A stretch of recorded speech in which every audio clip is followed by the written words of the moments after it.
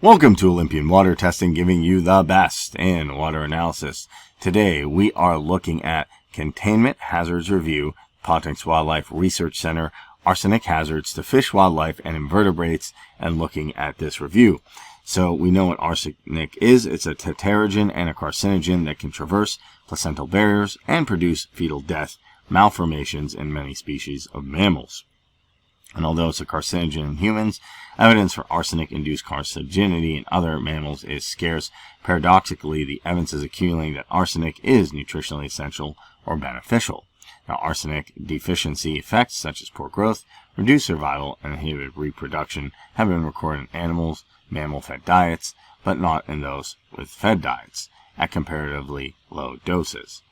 Now we can see the effects of arsenic and its different oxidation forms, and we can also see the information here.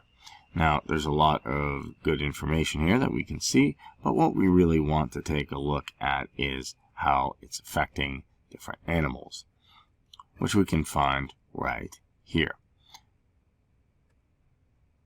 So we can see the background arsenic contained living organisms are usually weight and terrestrial flora, fauna birds, and freshwater biota, and these levels are similarly high marked so that the biota collected in mines and sites, arsenic-treated areas near smelters and mining areas near areas with high geothermal activity, and near manufacturers of arsenic defolates and pesticides.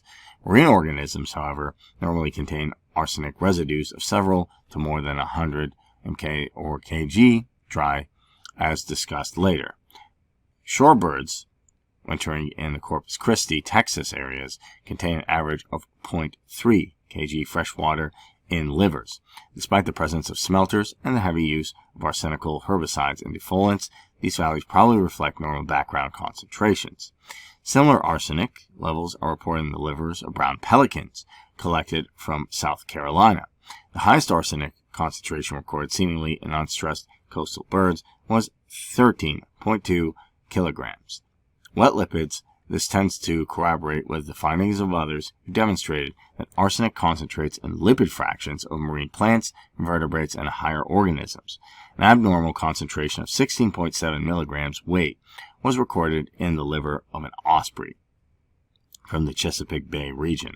This bird was alive but weak. Serious histopathology included the absence of subcutaneous fat and the presence of serous fluid pericardial sac disorders of the lung and kidney, and it died shortly after collection.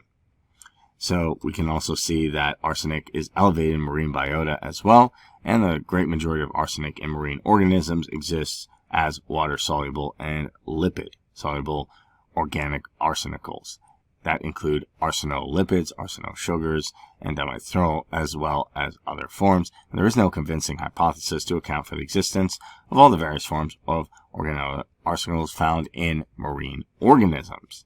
So we can definitely see that this accumulates in a lot of marine organisms, and that this is a problem because then that problem gets passed on to us. So we don't want animals, whether they be marine organisms or pets, to have high levels of arsenic because it does mess up the ecosystem. That's why it's always a good idea to periodically test your water for any levels of arsenic.